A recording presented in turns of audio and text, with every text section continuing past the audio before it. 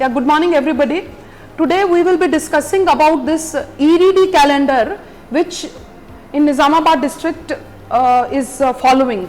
So what is EDD calendar? EDD calendar basically is a calendar which every PHC charts out for itself. For example, this is a Sirikonda PHC. In this PHC you can see the doctor has charted out all the deliveries which will be taking place in the month of January. So the expected date of delivery as per the registration is marked on to the date when the delivery will take place. Let us say on 25th of January, 3 deliveries are taking place. With the name of the patient, even the cell number also is written. So every day, which are the deliveries which will be taking place is written down meticulously on the calendar as per the antenatal checkups. So every PHC develops this kind of a calendar in advance for the next 6 months. Now why we are doing all these things? So in this every pregnant woman is tracked. That is one of the most important benefit of this calendar, that every woman who becomes pregnant gets registered, gets reflected on every day. So let us say now in this PHC, having almost some 7 to 8 sub-centers, in 1 month will be delivering all put together 38 cases. So for this medical officer, it is only those 38 cases which is of the prime importance for her to track. This entire tracking you can see has been given in 3 colors. One of the most important challenge for the district is to ensure that the primary cases, that is the woman who is becoming pregnant for the first day, goes into a safe delivery, a normal delivery and in a government institution. Thus all those women who are first time pregnant has been given the red color. That means it is an emergency. It is an area which we have to focus very well.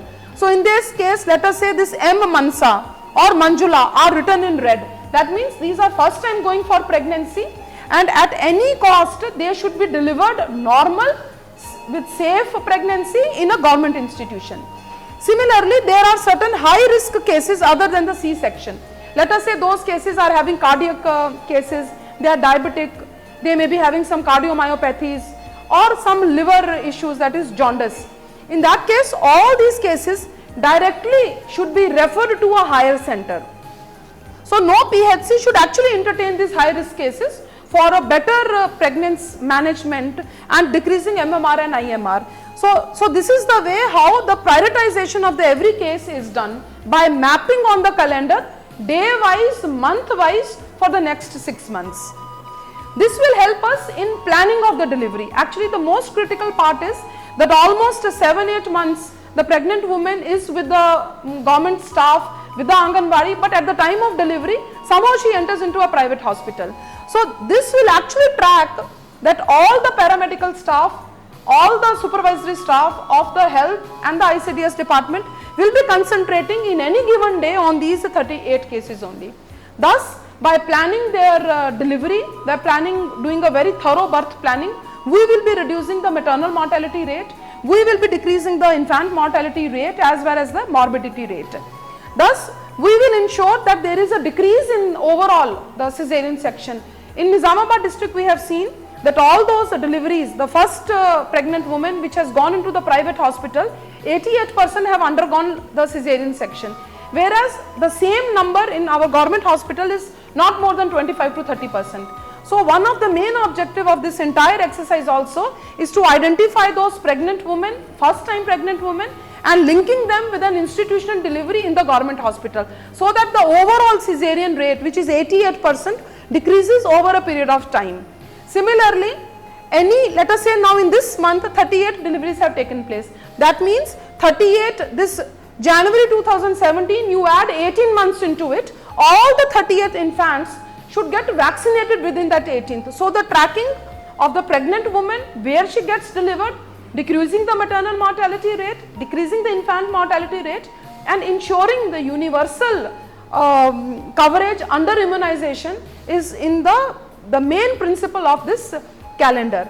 Now similarly, under NRHM, government is giving lot of funds like 1000 rupee for every government institutional delivery, then about 1500 rupees for the medical test, 500 rupees for some medicines which they can buy if they need for the delivery or the caesarean section.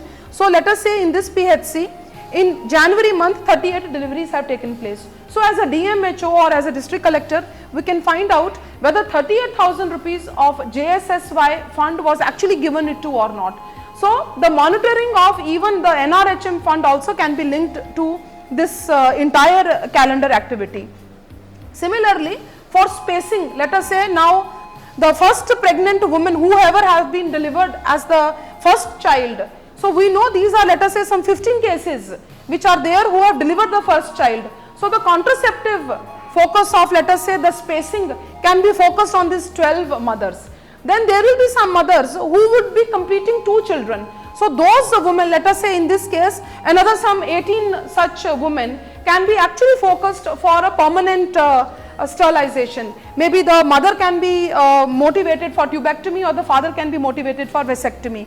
So as far as the family planning is concerned, this is also a major thrust area of this calendar. So overall, we can see from this calendar, we can ensure a very safe motherhood and a very safe baby at the end of the every delivery. So this is the main focus of the district administration Nizamabad right now, which is rolling out this calendar as one of the main tool, a very innovative tool to ensure a safe motherhood and a safe childhood. And overall, the maternal mortality, the infant mortality decreases, and all the services which are being provided as a matter of right are delivered as an entitlement to every poor household. Thank you.